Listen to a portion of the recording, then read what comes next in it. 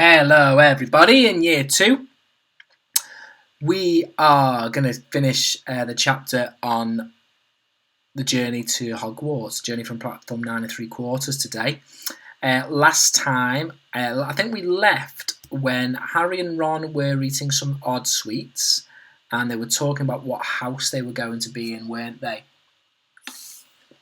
Ron was saying that his family are all in Gryffindor, and they were talking about how you-know-who was in Slytherin, so I don't think Harry wants to be in Slytherin.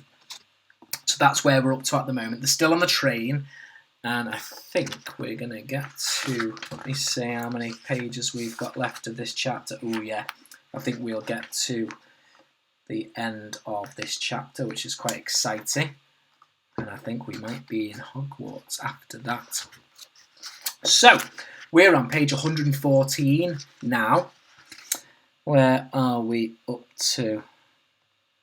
Here we go. Oh, Ron's a bit depressed. He's thinking about not being as good as his brothers, I think.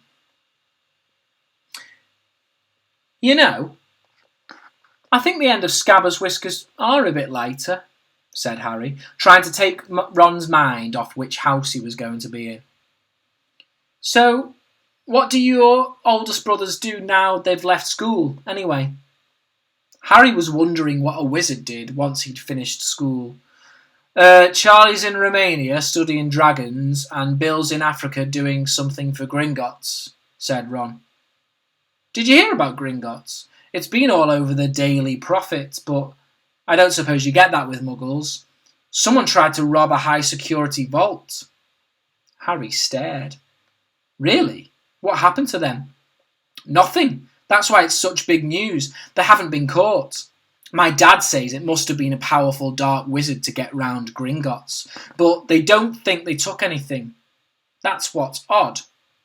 Of course, everyone gets scared when something like this happens in case you know who's behind it. Harry turned this news over in his mind. He was starting to get a prickle of fear every time you-know-who was mentioned. He supposed this was all part of entering the magical world, but it had been a lot more comfortable saying Voldemort without worrying. What's your Quidditch team? Ron asked. I don't know any, Harry confessed. What? Ron looked dumbfounded. Oh, you wait, it's the best game in the world. And he was off, explaining all about the 4 balls and the positions of the 7 players, describing famous games he'd been to with his brothers and the broomstick he'd like to get if he had the money.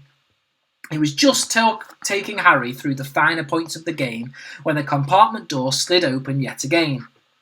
But it wasn't Neville, the toadless boy, or Hermione Granger this time. 3 boys entered, and Harry recognised the middle one at once. It was the pale boy from Madame Malkin's robe shop. He was looking at Harry with a lot more interest than he'd shown back in Diagon Alley. Is it true? He said. They're saying all down the train that Harry Potter's in this compartment. So, it's you, is it? Yes, said Harry. He was looking at the other boys.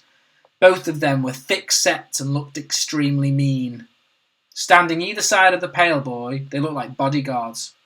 Oh, this is Crabbe, and this is Goyle, said the pale boy carelessly, noticing where Harry was looking. And my name's Malfoy. Draco Malfoy.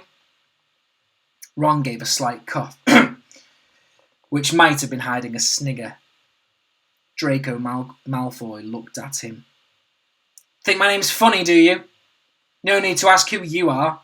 My father told me all the Weasleys have red hair, freckles, and more children than they can afford. He turned back to Harry. You'll soon find out some wizarding families are much better than others, Potter. You don't want to go making friends with the wrong sort. I can help you there. He held his hand out to shake Harry's, but Harry didn't take it. I think I can tell the wrong sort for myself, thanks, he said coolly. Draco Malfoy didn't go red, but a pink tinge appeared in his pale cheeks. I'd be careful if I were you, Potter, he said slowly. Unless you're a bit politer, you'll go the same way as your parents. They didn't know what was good for them either. You hang around with riff-raff like the Weasleys and that Hagrid, and it'll rub off on you." Both Harry and Ron stood up. Ron's face was as red as his hair. "Say that again." "Oh, you're going to fight us, are you?" Malfoy sneered. "Unless you get out now," said Harry, more bravely than he felt, because Crabbe and Goyle were a lot bigger than him or Ron. "But we don't feel like leaving, do we, boys? We've eaten our food, and you still seem to have some." Goyle reached towards the chocolate frogs next to Ron. Ron leapt forward, but before he so much as touched Goyle, Goyle let out a horrible yell. Scabbers, the rat, was hanging off his finger. Sharp little teeth sunk into Goyle's knuckle. Crabbe and Malfoy backed away as Goyle swung Scabbers round and round, howling. "Ah!" And when Scabbers finally flew off and hit the window, all three of them disappeared at once. Perhaps they thought there were more rats lurking among the sweets, or perhaps they'd heard footsteps, because a second later, Hermione Granger walked in. "What has been going on?" she said, looking at the sweets all over the floor and Ron picking Scabbers up by his tail. "I think he's been knocked out," Ron said to Harry. He looked closer at Scabbers. "No, I don't believe it. He's gone back to sleep." And so he had. "You've met Malfoy before?" Harry explained about their meeting in Diagon Alley. "I've heard of his family," Ron said darkly. "They were some of the first to come back to our side after you-know-who disappeared. Said they'd been bewitched. My dad doesn't believe it. He says Malfoy's father didn't need an excuse to go over to the dark side." He turned to Hermione. "Can we help you with something?" "You better hurry up and put your robes on.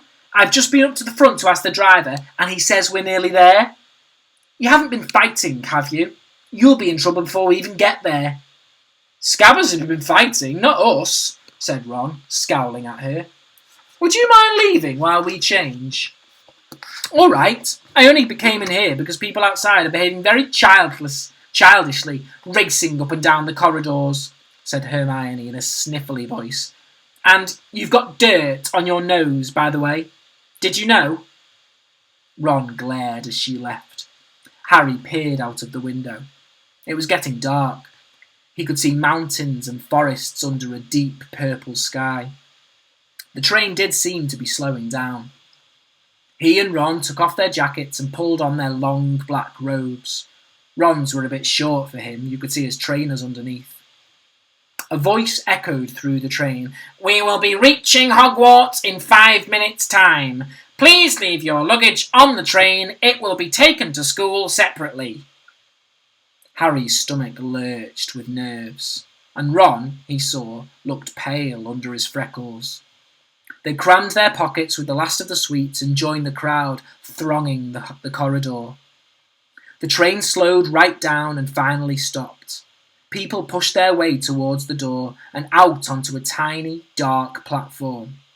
Harry shivered in the cold night air. Then a lamp came bobbing over the heads of the students, and Harry heard a familiar voice. First years over here. All right there, Harry." Hagrid's big, hairy face beamed over the sea of heads. "Come on, follow me. Any more first years? Mind your step now. First years, follow me." Slipping and stumbling, they followed Hagrid down what seemed to be a steep, narrow path. It was so dark either side of them that Harry thought there must be thick trees there. Nobody spoke much. Neville, the boy who kept losing his toad, sniffed once or twice. "You'll get your first sight Hogwarts in a sec," Hagrid called over his shoulder. "Just round this bend here." There was a loud ooh. The narrow path had opened suddenly onto the edge of a great black lake. Perched atop a high mountain on the other side, its windows sparkling in the starry sky, was a vast castle with many turrets and towers. "No more than 4 in the boat," Hagrid called, pointing to a fleet of little boats sitting in the water by the shore. Harry and Ron were followed into their boat by Neville and Hermione. "Everyone in!" shouted Hagrid, who had a boat to himself. "Right then, forward!" And the fleet of little boats moved off all at once, gliding across the lake, which was as smooth as glass. Everyone was silent, staring up at the great castle overhead. It towered over them as they sailed nearer and nearer to the cliff on which it stood. "Heads down!" yelled Hagrid as the first boats reached the cliff. They all bent their heads, and the little boats carried them through a curtain of ivy, which hid a wide opening in the cliff face. They were carried along a dark tunnel, which seemed to be taking them right underneath the castle, until they reached a kind of underground harbour, where they clambered out onto rocks and pebbles. "Oi, you there! Is this your toad?" said Hagrid, who was checking the boats as people climbed out of them. "Trevor!" cried Neville blissfully, holding out his hands.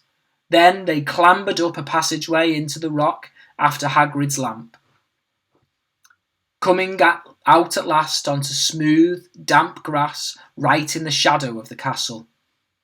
They walked up a flight of stone steps and crowded around the huge oak door. "Everyone here! You there, you still got your toad?" Hagrid raised a gigantic fist and knocked 3 times on the castle door. And that's the end of chapter 6. How exciting. So, that chapter finished with a little bit of a meeting with Draco Malfoy, who definitely doesn't seem like the type of person I want Harry hanging around with, and then finally getting off the train, going on some magical boats that seem to sail themselves under some ivy, underneath a tunnel, underneath a cliff, and Hagrid has just knocked on the door of the castle. So next time, I think Harry, for the first time ever, will be heading into his new school of witchcraft and wizardry. So that's a really exciting thing for us to be looking forward to. Hope you're all enjoying the sunshine. I hope you're all working hard. We'll have lots of work to do over the next few weeks. And I'll see some of you in school in a few days' time, I think. So I will see you soon.